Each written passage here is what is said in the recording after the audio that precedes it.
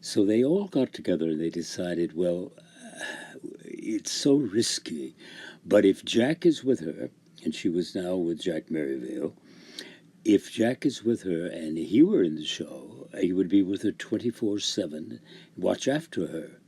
Well, he had watched after her in Tovarich, but that hadn't worked, but too well. But anyway, they thought, well, being actually in the play and working with her, and she will be under sedations, I think maybe she needs to work. So they all got together and decided, yes, it would be a good idea. So I did my first audition, I remember, at the Broadway Theater, which is on about 52nd and Broadway, for the producer's wife. And it was followed by 3 additional auditions, which is very unusual. That's quite a lot, actually. And the other 3 were at the Schubert Theater, Schubert Alley, where we eventually played. The play opened. And I worked my way up, rather, and pouring my heart out in this role. And the role, incidentally, that I would play in the play was rather insignificant. It was a small young man, one of the party guests for Sasha's birthday present. Sasha was the ingenue, being played by Jennifer Hillary, and from England, and she had played it there, I think. And Jennifer has a birthday party at the play, and she's madly in love with the older Ivanov, and he falls in love with her, and poor Vivien is left, distraught. But we won't go into the plot right now. But there is a big party scene, and I would be one of the young men in the party with her, some lines, but not a lot.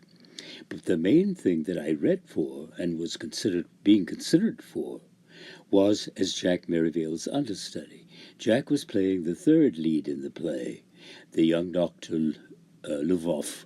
And Lvov is madly in love with Vivien, with Anna Petrovna, and he has wonderful scenes with her in the garden, and then he has confrontational scenes with Gielgud as Ivanov, because he's been treating his wife so badly and neglecting her. So if I got to go on for Jack, if anything happened to Jack or couldn't go on some night, I would get to play those scenes, big scenes with Vivien and with Sir John. And that would be a young actor's dream come true. You will understand that, I'm sure. So that's the part that I read in my auditions. And Gielgud, luckily for me, was quite impressed. He's not easily impressed, but he was. And he decided they would hire me to do this, to cover Jack.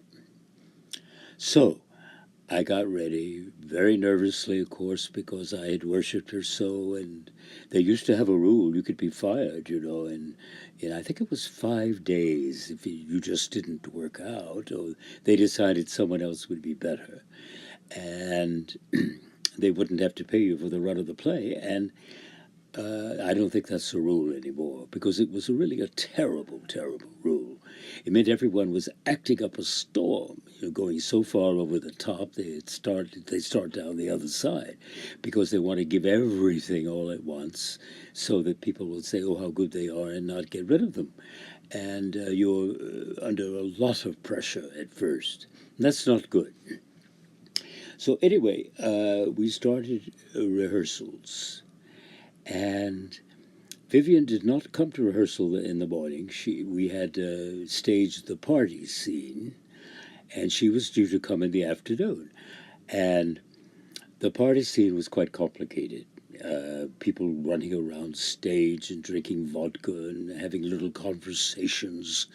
And Gielgud, if any of you have worked with him, know what I mean when I say Sir John was not easy at rehearsals, because he wanted everything to happen all at once, and he had done it in England already, and he would get very impatient with everyone and wanted, oh, yes, you must move here. Oh, no, not there, there instead. Oh, he was quite fraught with frustration that it wasn't happening immediately. And also, he changed his mind all the time.